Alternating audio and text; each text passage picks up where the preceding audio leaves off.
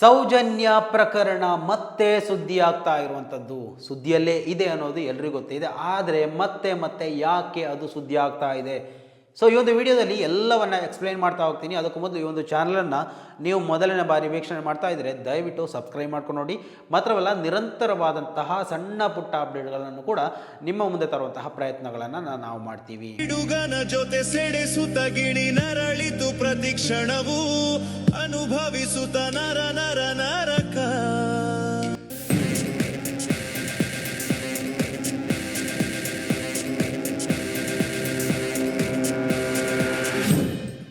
So ಸ್ನೇಹಿತರೆ, ಇವತ್ತು ನಾನು ಹೇಳಲಿಕ್ಕೆ ಹೋಗ್ತಾ ಇರುವಂತಹ ವಿಚಾರ ಬಹಳಷ್ಟು ಇಂಪಾರ್ಟೆಂಟ್ ಆದದ್ದು. ಸೊ ಸಾಧ್ಯವಾದಷ್ಟು ಜನರಿಗೆ ತಲುಪಿಸಿ. ಯಾಕೆ ಈ ಒಂದು ರಿಕ್ವೆಸ್ಟನ್ನು ಮಾಡ್ತಾ ಇದ್ದೇನೆ ಅಂತ ಹೇಳಿದರೆ, ನಾವು ಧರ್ಮಸ್ಥಳ ಪ್ರಕರಣವನ್ನು ಗಮನಿಸ್ತಾ ಬಂದವರು, ಅಲ್ಲಿ ಆದಂತಹ ಆಗುಹೋಗುಗಳು, SIT ತನಿಖೆ ಎಲ್ಲವನ್ನು ನಾವು ಪರಿಶೋಧನೆ ಮಾಡಿದವರು, ಈ ಒಂದು ವಿಚಾರದ ಬಗ್ಗೆ ಅಪ್ಡೇಟ್ಗಳನ್ನು ತಿಳಿದುಕೊಂಡವರು. ಸೊ ಆ ಒಂದು ವಿಚಾರಕ್ಕೆ ಸಂಬಂಧಪಟ್ಟು ನಾವಿವತ್ತು ಹೇಳುವಂತಹ ವಿಚಾರ ಬಹಳಷ್ಟು ಗಂಭೀರವಾದಂತಹ ಒಂದು ವಿಚಾರ, ಸೌಜನ್ಯ ಪ್ರಕರಣಕ್ಕೆ ಸಂಬಂಧಪಟ್ಟಂತಹ ಒಂದು ವಿಚಾರ. ಯಾಕೆ ಇದನ್ನು ಮತ್ತಷ್ಟು ಗಂಭೀರವಾದದ್ದು ಅಂತ ಒತ್ತಿ ಹೇಳ್ತಾ ಇದ್ದೇನೆ ಅಂತ ಹೇಳಿದರೆ, ಇವತ್ತು ಸೌಜನ್ಯ ಪ್ರಕರಣ ನಡೆದು ಇವತ್ತು 13-14 ವರ್ಷಗಳು ಕಳೀತಾ ಬಂತು.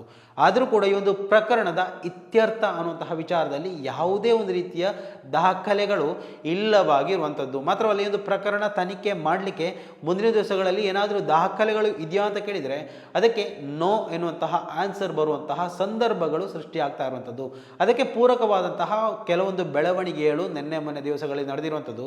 ನೋಡಿ, ನಮಗೆ ಕೆಲವೊಂದು ಗೊಂದಲಗಳು ಸೃಷ್ಟಿಯಾದರೆ ಸಾಮಾಜಿಕವಾಗಿ ನಾವು ಪ್ರಶ್ನೆ ಕೇಳಬೇಕಾದಂತಹ ಕೆಲವೊಂದು ವೇದಿಕೆಗಳಿದೆ. ಅಂತಹ ವೇದಿಕೆಗಳಲ್ಲಿ ಒಂದು RTI ಅರ್ಜಿ ಹಾಕುವಂತಹ ವಿಚಾರಗಳು ಎಲ್ರಿಗೂ ಗೊತ್ತಿರುವಂಥದ್ದು. ಕೆಲವೊಂದು ವಿಚಾರಗಳ ಬಗ್ಗೆ ಮಾಹಿತಿಯನ್ನು ಕೋರಿ ಅರ್ಜಿ ಹಾಕುವಂಥದ್ದು.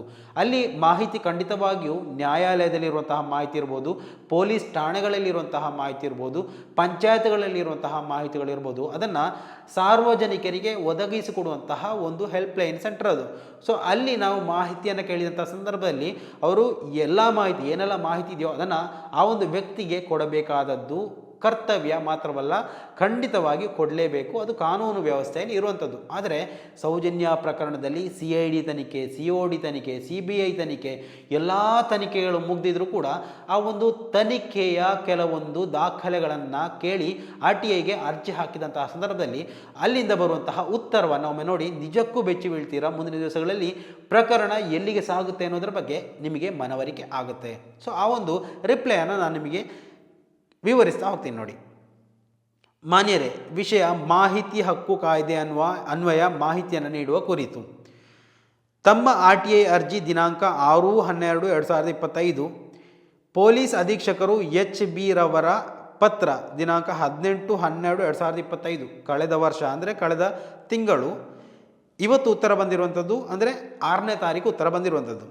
ಮೇಲ್ಕಂಡ ವಿಷಯಕ್ಕೆ ಸಂಬಂಧಿಸಿದಂತೆ ಉಲ್ಲೇಖ 1ರ RTI ಅರ್ಜಿಯಲ್ಲಿ ಧರ್ಮಸ್ಥಳ ಗ್ರಾಮದ ಕುಮಾರಿ ಸೌಜನ್ಯ ಮೇಲೆ ನಡೆದ ಅತ್ಯಾಚಾರ ಮತ್ತು ಕೊಲೆ ಪ್ರಕರಣದ ಕುರಿತು ಪೊಲೀಸ್ ಮಹಾನಿರ್ದೇಶಕರು CID ದಿನಾಂಕ 31/10/2013 ಪತ್ರ ಸಂಖ್ಯೆ 28/H/B/CID/2022 ಅದರಲ್ಲಿ ಸಲ್ಲಿಸಿದ CIDಯ ವರದಿಯ ಎಲ್ಲ ದೃಢೀಕೃತ ನಕಲು ಪ್ರತಿಯನ್ನು ನೀಡುವಂತೆ ಕೋರಿರುವುದು ಸರಿ.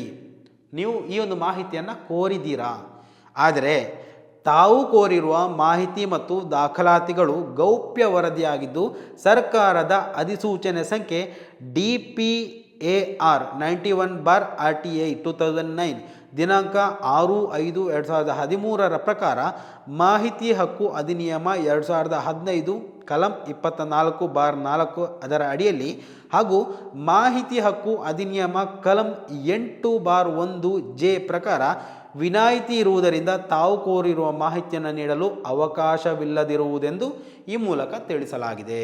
ತಮ್ಮ ವಿಶ್ವಾಸಿ ಪೊಲೀಸ್ ಅಧೀಕ್ಷಕರು, ಆಡಳಿತ ಸಾರ್ವಜನಿಕ ಮಾಹಿತಿ ಅಧಿಕಾರ, CID ಬೆಂಗಳೂರು. ನೋಡಿ, ಸೌಜನ್ಯ ಪ್ರಕರಣ, ಅದರ ಇಂಚು ಮಾಹಿತಿ ರಾಜ್ಯದ ಜನತೆ ಮಾತ್ರ ಅಲ್ಲ ದೇಶದಾದ್ಯಂತ ಸುದ್ದಿಯಾದಂತಹ ವಿಚಾರ, ಎಲ್ರಿಗೂ ಗೊತ್ತಿರುವಂತಹ ವಿಚಾರ. CID ತನಿಖೆ, CBI ತನಿಖೆ, ಆಮೇಲೆ COD ತನಿಖೆ ಎಲ್ಲವೂ ಮುಗಿಸಿದಂತಹ ಒಂದು ಪ್ರಕರಣ. ಆದರೆ ಆರೋಪಿಯನ್ನು ಪತ್ತೆ ಹಚ್ಚಲು ಸಾಧ್ಯವೇ ಆಗದಂತಹ ಒಂದು ಪ್ರಕರಣ.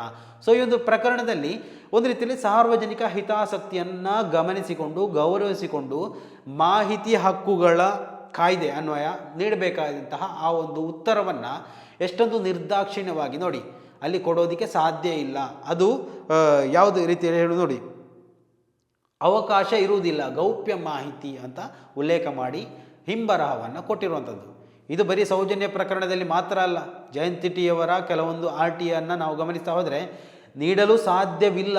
ಅಥವಾ ಈ ಒಂದು ಧರ್ಮಸ್ಥಳ ಪ್ರಕರಣದಲ್ಲಿ ಧರ್ಮಸ್ಥಳ ಗ್ರಾಮ ಪಂಚಾಯತಿನಲ್ಲಿ ಕೆಲವೊಂದು RTಯನ್ನು ಹಾಕಿದ್ದಾರೆ. ಕೆಲವೊಂದು UDR ಪ್ರತಿಗಳನ್ನು ಕೇಳಿದಂಥ ಸಂದರ್ಭದಲ್ಲಿ ಅದು ನಾಶ ಆಗಿದೆ ಎನ್ನುವಂತಹ ಉತ್ತರಗಳನ್ನು ನಾವು ಗಮನಿಸಬಹುದು.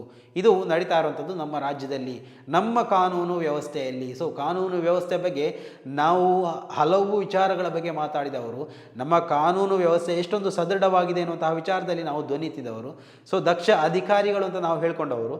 ಇಲ್ಲಿ ಯಾವ ನ್ಯಾಯವನ್ನು ನಾವು ನಿರೀಕ್ಷೆ ಮಾಡುವವರಿದ್ದೇವೆ? ದಯವಿಟ್ಟು ಸ್ನೇಹಿತರೆ, ಈ ಒಂದು ವಿಚಾರದಲ್ಲಿ ನಿಮ್ಮ ಅಭಿಪ್ರಾಯಗಳನ್ನು ಕೂಡ ಕಮೆಂಟ್ ಮಾಡಿ. ಮುಂದಿನ ಮಾಹಿತಿಯೊಂದಿಗೆ ಮತ್ತೆ ಭೇಟಿಯಾಗೋಣ. ಅಲ್ಲಿವರೆಗೂ ನಮಸ್ಕಾರ.